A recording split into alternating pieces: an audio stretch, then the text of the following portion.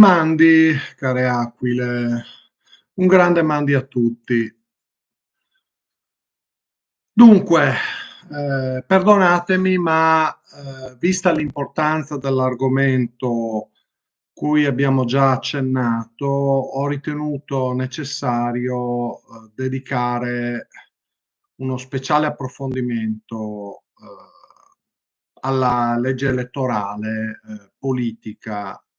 Rosatellum Bister che verrà prossimamente applicata in occasione delle imminenti elezioni politiche del 25 di settembre del 2022.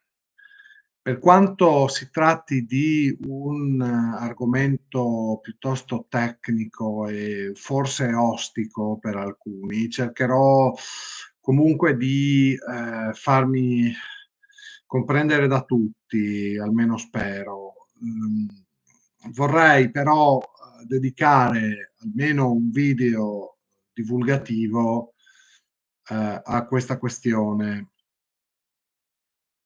che mi sta particolarmente a cuore. Ehm, la legge elettorale politica è un atto normativo di straordinaria importanza che si integra profondamente con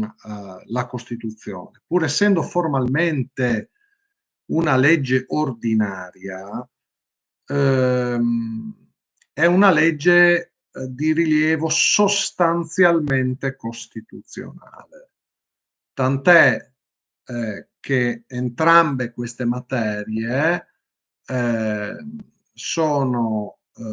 abbinate sia quella costituzionale sia quella elettorale dalla previsione costituzionale all'articolo 72 della necessità che si faccia ricorso sempre e solo a un procedimento esclusivamente ordinario per l'approvazione di queste normative così importanti. Del resto, per fare un esempio storico, l'approvazione, l'entrata in vigore, l'applicazione nel 1994 del nuovo sistema elettorale misto,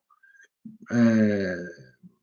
prevalentemente maggioritario, con una correzione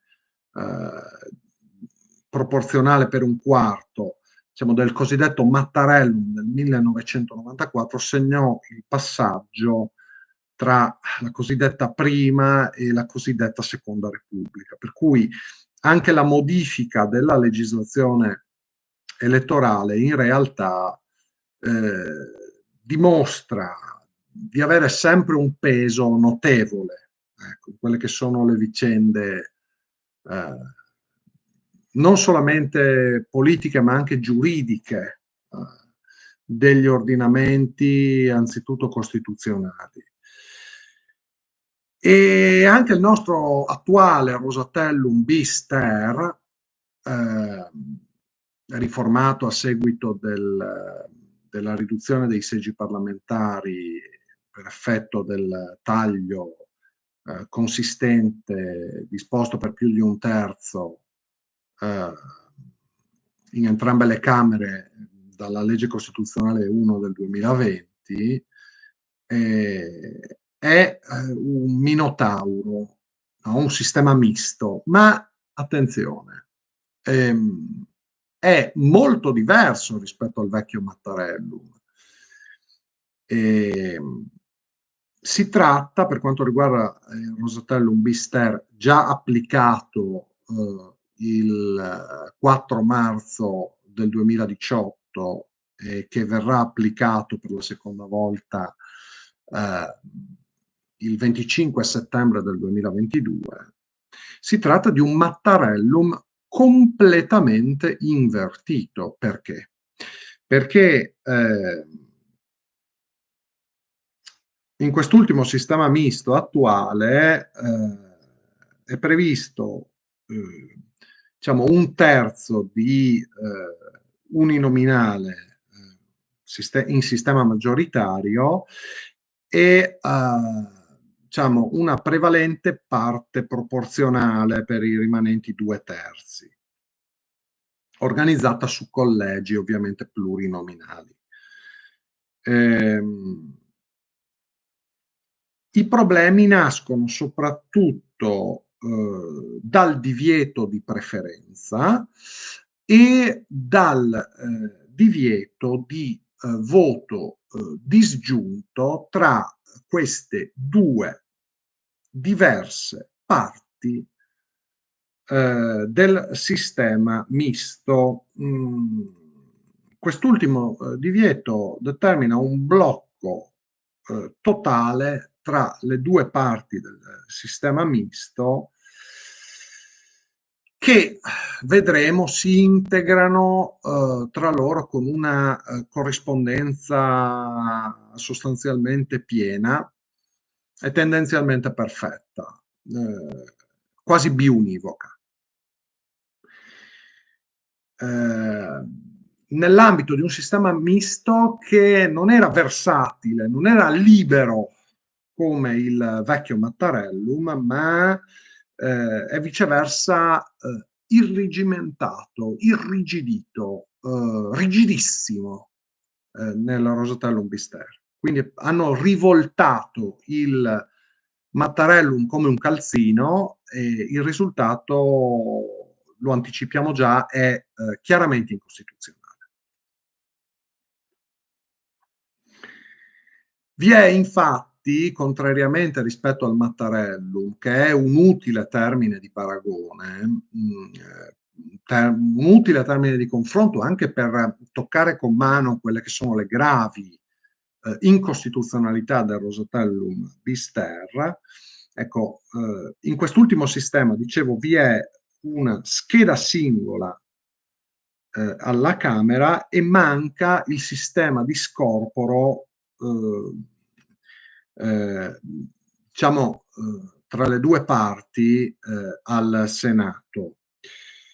Per cui non sono previste quelle contromisure tecniche finalizzate alla neutralizzazione e al bilanciamento che dovrebbero viceversa caratterizzare i sistemi misti, come avveniva invece nel caso del Mattarellum, a fini di riequilibrio complessivo del sistema, che nel Rosatellum-Bister è gravemente disequilibrato.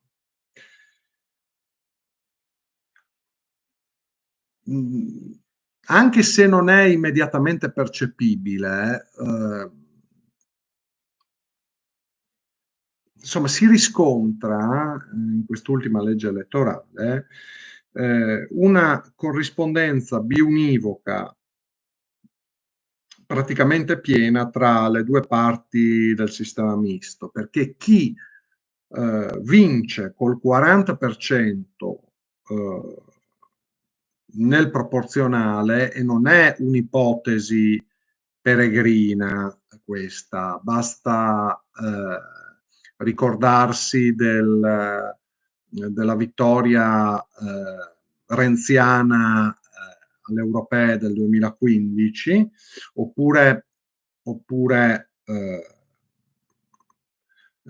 dare un'occhiata ai sondaggi per questa prossima consultazione elettorale politica del 25 settembre 2022. Chi vince col 40%, poniamo questa ipotesi, nella parte proporzionale, nei collegi plurinominali, vince anche grazie a questa sostanziale corrispondenza il 33%, cioè il terzo di cosiddetto correttivo, che in realtà non è tale, uninominale maggioritario. vi è sostanzialmente un premio di maggioranza occulto previsto da questo irrigidimento del Rosatellum-Bister, che inevitabilmente favorirà il vincitore, consegnando, eh, grazie al blocco dei voti in entrambe le parti del sistema fintamente misto, insomma, molti più seggi al vincitore. E, oltre naturalmente insomma, anzi poco naturalmente ai vari sbarramenti che viceversa danneggeranno i piccoli, perché sono previsti sbarramenti, ad esempio, al 3% per quanto riguarda le liste che corrono da sole e al 10% dei voti validi per quanto riguarda le coalizioni, per concorrere al riparto dei seggi. Questo in basso, per tagliare fuori, diciamo, dall'attribuzione dei seggi i partiti più piccoli. Sostanzialmente chi vincerà le prossime elezioni si ritroverà insomma, nella possibilità di modifica della Costituzione, addirittura con maggioranze molto forti, molto qualificate dei 2/3 che nel sistema di revisione costituzionale italiano, tarato sul vecchio sistema proporzionale quasi puro della oramai superata Prima Repubblica, consentiva addirittura di procedere alla revisione costituzionale senza nemmeno la necessità di coinvolgere l'opposizione, per cui un 40% di voti, insomma, di seggi, perdonatemi, nella parte proporzionale sommata a un premio di maggioranza occulto del 33% di un terzo nella parte uninominale maggioritaria, si arriva al 73%, cioè quasi a 3/4 dei seggi di entrambe le Camere, perché un altro dei problemi del Rosatellum-Bister è la tendenziale equiparazione dei sistemi elettorali sia per la Camera bassa sia per la Camera alta, mentre in origine, almeno in parte, anche se i sistemi elettorali non sono completamente costituzionalizzati, l'auspicio dei costituenti era per una almeno parziale differenziazione tra Senato e Camera. Viceversa, ultimamente, anche sulla base dell'ultima riforma che ha attribuito i diritti elettorali anche ai più giovani, anche per il Senato, insomma, come dire, le due Camere si stanno, come dire, avvicinando, tra loro avvicinando anche quanto a sistema elettorale. E questo agevola sostanzialmente la revisione della Costituzione, addirittura, quindi operazione di riforma anche straordinaria, senza troppi vincoli procedurali e senza addirittura la necessità di dover coinvolgere le minoranze parlamentari in un procedimento potenzialmente in grado di incidere sui diritti fondamentali delle persone. Non solo, anche ad esempio sugli statuti speciali, per quanto più direttamente ci riguarda in Friuli. Ecco un altro esempio di come le elezioni politiche possono avere riflessi anche sull'autonomia regionale, addirittura speciale, perché non dimentichiamoci mai che gli statuti speciali, trattandosi di legislazione costituzionale, sono comunque dipendenti dal voto dei parlamentari. È chiaro che se la pattuglia regionale mandata in Parlamento dal Friuli trattino Venezia Giulia è stata drasticamente tagliata, quasi dimezzata, soprattutto al Senato, ma anche alla Camera, e se vi sono questi abnormi premi di maggioranza occulta che insomma rischiano di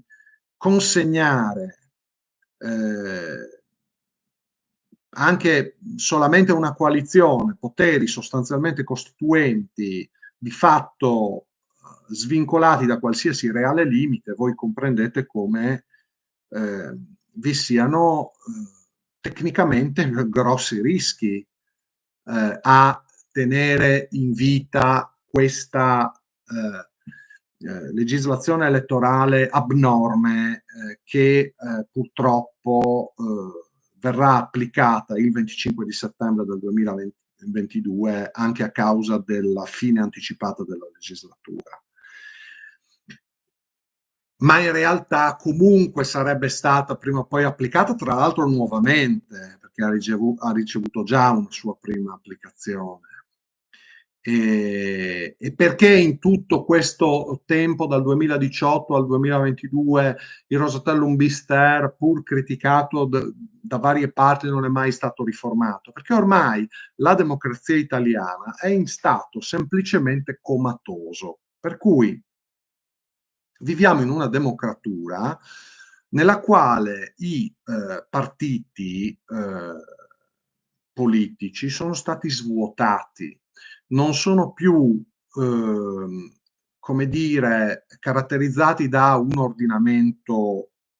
democratico al loro interno, semmai ce l'hanno avuto davvero. Sono dei gusci vuoti all'interno del quale emerge un leaderismo sempre più sfrenato, per cui la dialettica interna è ridotta al minimo, i dissenzienti sono colpiti e la legislazione elettorale è utilizzata sempre di più per il controllo e addirittura la repressione del dissenso interno. Perché queste legislazioni bloccate consegnano alle segreterie di partito la esclusiva possibilità di ricandidatura di parlamentari che giocoforza verranno ridotti all'obbedienza e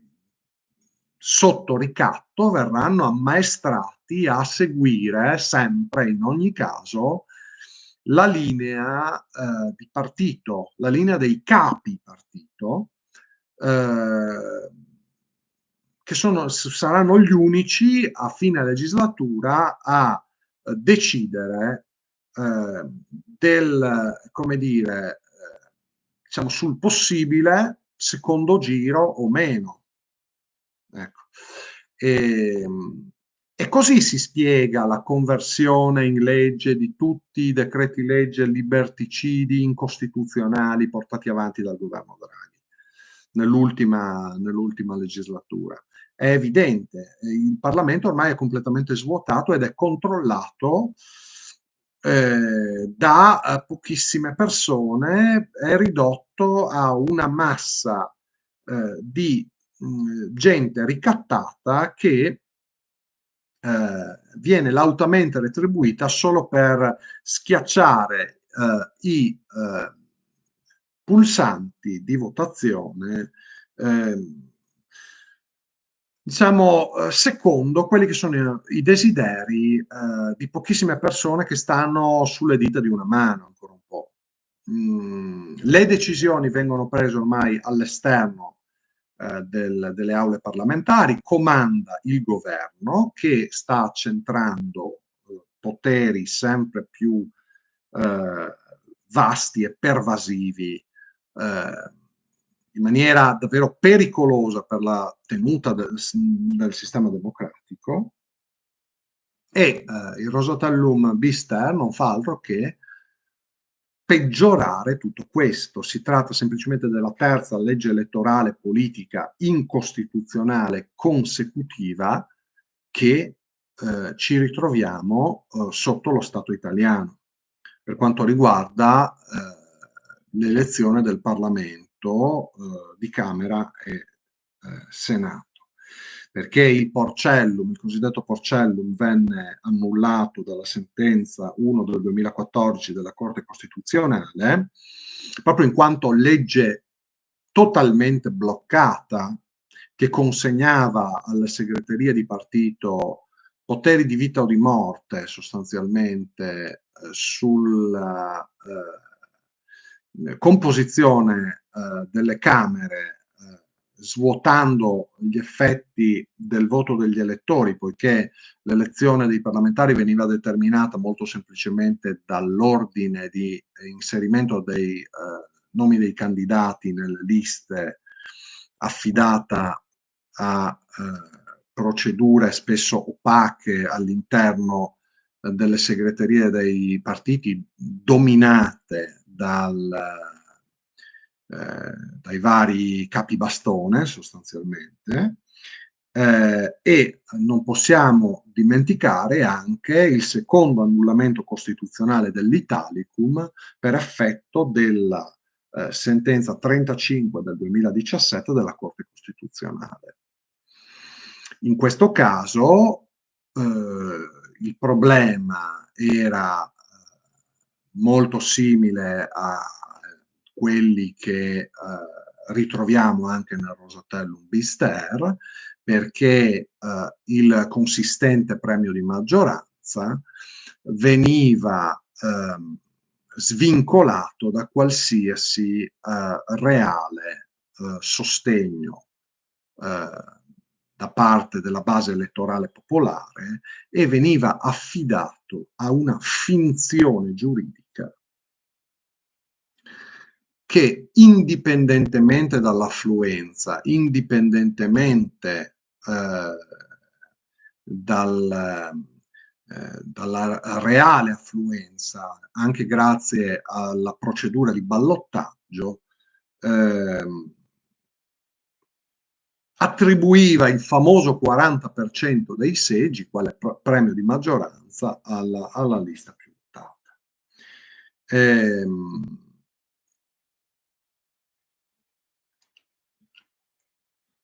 E questa giurisprudenza costituzionale della Corte Costituzionale è molto utile per mettere in evidenza anche quelli che sono i difetti del Rosatellum Bister,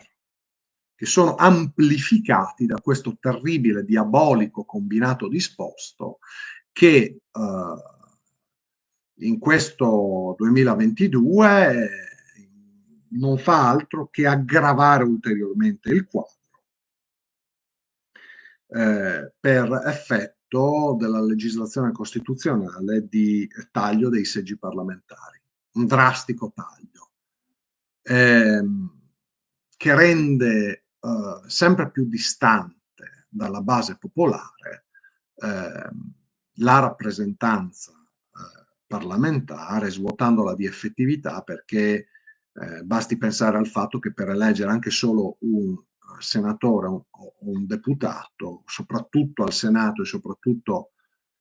nelle regioni più piccole, serviranno cifre elettorali ingigantite rispetto a quelle del 2018 fatto previste da una legislazione elettorale che era già incostituzionale di suo. Ecco. Addirittura a seguito del taglio dei seggi parlamentari non hanno riformato la legislazione elettorale politica Rosatellum bis ter. Si sono limitati a un'operazione cosmetica di adeguamento dei seggi elettorali, che ovviamente si sono ingigantiti a seguito del taglio delle poltrone, perché il territorio statale e il corpo elettorale sono rimasti invariati, e quindi con una Camera da 400 e un Senato da 200, gioco forza, i collegi si sono dovuti ampliare. Questa è stata l'unica nefasta riforma che non mancheremo di commentare. Il taglio, anche se disposto per legge costituzionale, questo drastico taglio dei seggi in entrambe le Camere ha finito per violare i cosiddetti controlimiti, ovvero sia i principi fondamentali della Costituzione, poiché ha sostanzialmente svuotato il diritto di voto degli elettori e ha violato sotto plurimi profili anche un principio di uguaglianza e di ragionevolezza degli effetti del voto anche in uscita.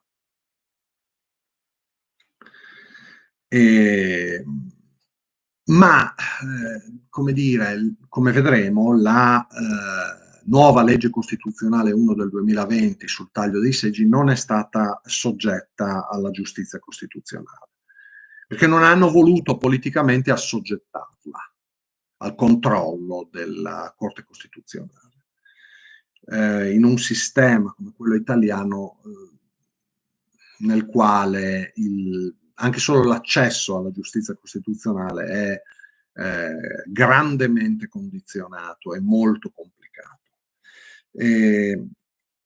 Non hanno nemmeno riformato la legislazione ordinaria elettorale politica, per un motivo molto semplice. Sostanzialmente a tutti i principali partiti ormai verticistici, ormai lideristici, questa legge elettorale va bene così com'è. Non c'è alcun reale interesse a favorire una autentica dialettica democratica in Italia.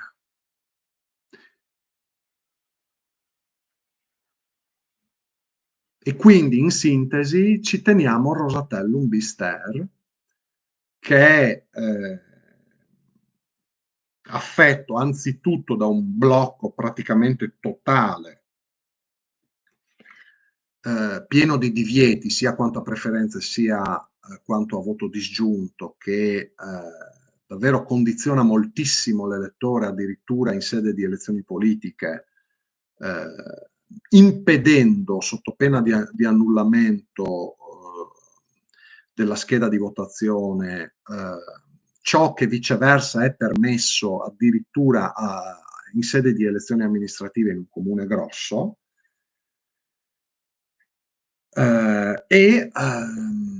Come dire, anche il principio di ragionevolezza è violato da questi premi di maggioranza e dagli sbarramenti, per esempio anche quello del 20% su base regionale per quanto riguarda le liste rappresentative di minoranze linguistiche, per citarne un altro. Il 20% è una cifra sostanzialmente abnorme, che non fanno altro che imprimere una torsione manifestamente irragionevole a quelli che sono gli effetti del voto anche in uscita, cioè neutralizzano moltissimi voti, impedendo che ad essi corrisponda l'attribuzione di seggi. Seggi che vengono collegati a collegi che per quanto riguarda quelli proporzionali, per quanto ci riguarda su base regionale, insomma non creano grossi problemi. Quelli che viceversa sono i collegi più problematici, soprattutto nella nostra regione, sono quelli uninominali maggioritari, perché sia al Senato sia alla Camera il Friuli orientale goriziano è sostanzialmente colonizzato dalla città triestina, mentre col Mattarellum non era così, perché il Friuli orientale goriziano riusciva a mandare a Roma nei decenni scorsi qualcuno che è sempre stato vicino anche al plurilinguismo e anche all'autonomia regionale. Mentre attualmente contro il Friuli purtroppo il sistema è congegnato affinché vengano mandati a Roma come dire, quasi esclusivamente eletti triestini o comunque filo-triestini. Perché ad esempio, per fare un altro esempio sempre in relazione ai collegi, nella nostra regione verranno, a seguito del taglio dei seggi parlamentari, applicate nel 2022 per la prima volta inedite delimitazioni amministrative. Se solo si pensa che tutto l'Alto Friuli, non solo la Carnia, ma anche il Gemonese, il Canale del Ferro, la Val Canale fino al Tarvisiano, sono tutti territori montuosi, poco popolati, ecco, tutti i territori di montagna sono stati aggregati al Friuli occidentale e quindi tagliati fuori completamente dalla possibilità di mandare a Roma qualcuno. I territori marginali come Gorizia o i territori montani, i territori più in crisi, ormai soffrono di un problema conclamato quanto a rappresentatività democratica e quindi insomma anche solo questi brevi accenni dimostrano quanto grave sia la situazione, dipendente da questo terribile, diabolico combinato disposto tra il taglio dei seggi parlamentari e la mancata riforma del Rosatellum-Bister, che pure, fra l'altro, era stata promessa, no? In vista del referendum costituzionale confermativo o oppositivo del 20 settembre del 2020. Chi ha votato sì magari se ne pentirà nei prossimi anni, ma ormai il danno è fatto, ormai il danno è fatto. E chi sono i principali responsabili di questo danno a livello anzitutto politico? Chi ha fregato la nostra gente per parlare in termini più chiari? Non voglio fare riferimento solo al Rosato, al relatore del Rosatellum, a questo esponente del PD, tra l'altro triestino. Ma vorrei parlare anche delle responsabilità, ad esempio, ma non solamente, della giunta regionale Federiga, perché ha a mio modo di vedere ingiustificatamente, omesso completamente il ricorso in via principale, per violazione dei controlimiti che, la Corte Costituzionale avrebbe concesso alla Regione Autonoma Friuli Venezia Giulia, quantomeno sulle questioni speciali linguistiche, per fare degli esempi, ehm, in quanto, c'era addirittura un precedente di giustizia costituzionale specifico che riguardava, il caso, particolare della nostra regione. Sto facendo riferimento alla famosa sentenza costituzionale 215 del 2013, che riconosceva, una forma di legittimazione attiva, sulla base, dello statuto speciale, in via eccezionale e derogatoria quanto si vuole, ma, assolutamente sicura, è prevista da, disposizioni di rango costituzionale. Eppure, nonostante, questi, precedenti, recenti e specifici, che avevano anche giovato alla Regione con una sentenza di merito, che era un'interpretativa, fondamentale per quanto riguarda, ad esempio, il plurilinguismo regionale, nonostante tutto questo, non è stato fatto nemmeno un tentativo. Nonostante vi fosse,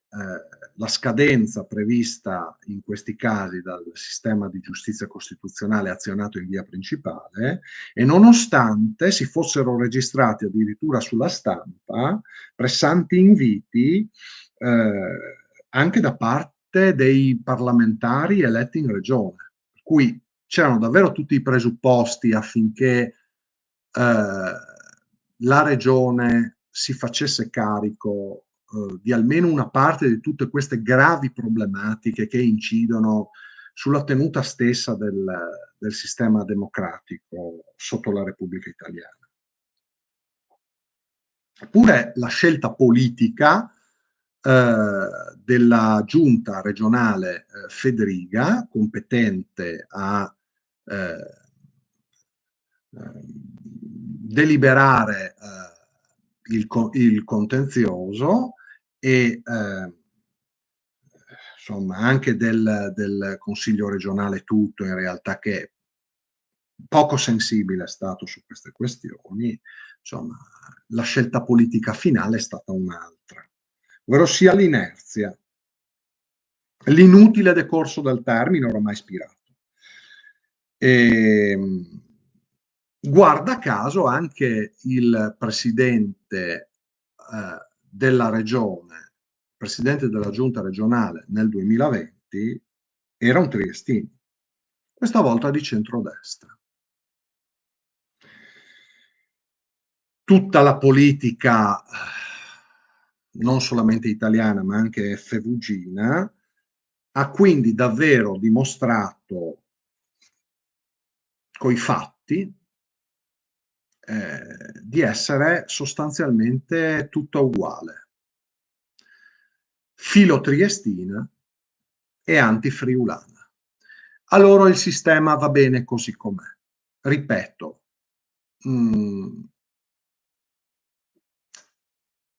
la stragrande maggioranza degli eletti in regione, in entrambe le Camere, saranno quasi tutti triestini. Questa regione duale è quella che soffre di più per il taglio dei parlamentari, e a Trieste va bene così. È quindi necessario, in conclusione, pensare ad abbandonare completamente sia il sistema politico, italiano, sia quello effevugino, triestinocentrico, antifriulano, per sognare e, perché no, concretizzare anche un nuovo sistema politico friulano e solo friulano, che contesti duramente la esclusiva egemonia triestina sull'amministrazione regionale e la conseguente centralizzazione anche della spesa pubblica, anche regionale, su un capoluogo innaturale, eccentrico, alieno, ostile, imposto dall'alto, nell'angolino in basso a destra. Vi ricordo anche un link in descrizione che dimostra come viceversa da tempo Aquila del Friuli si sia interessata di queste questioni dando spazio anzitutto al Friuli. Questa è la situazione, il futuro è sempre più fosco e più preoccupante, nessuno verrà ad aiutarci, anzi abbiamo moltissimi nemici che desiderano semplicemente la nostra morte. Desiderano che il popolo friulano venga sostanzialmente assimilato, cancellato, normalizzato, italianizzato. E desiderano che il Friuli serva solamente a pagare le tasse per drenare risorse verso il collo di bottiglia nel quale si trova l'incredibile capoluogo di questa regione pseudo-autonoma, prima mai nata e poi mal nata. Il popolo friulano è sicuramente una vittima, ma qualcosa dovremmo pur fare per reagire a questa situazione. La prima cosa è parlarne, approfondirne le cause, denunciarle, analizzarle, risolverle. Certo, gradualmente, ma con l'impegno, la collaborazione, perché no, l'adesione di tutti, anche di voi, altrimenti riusciremo a far ben poco. In ogni caso, moriremo da friulani dando quanto più fastidio possibile. Mandi a Duce.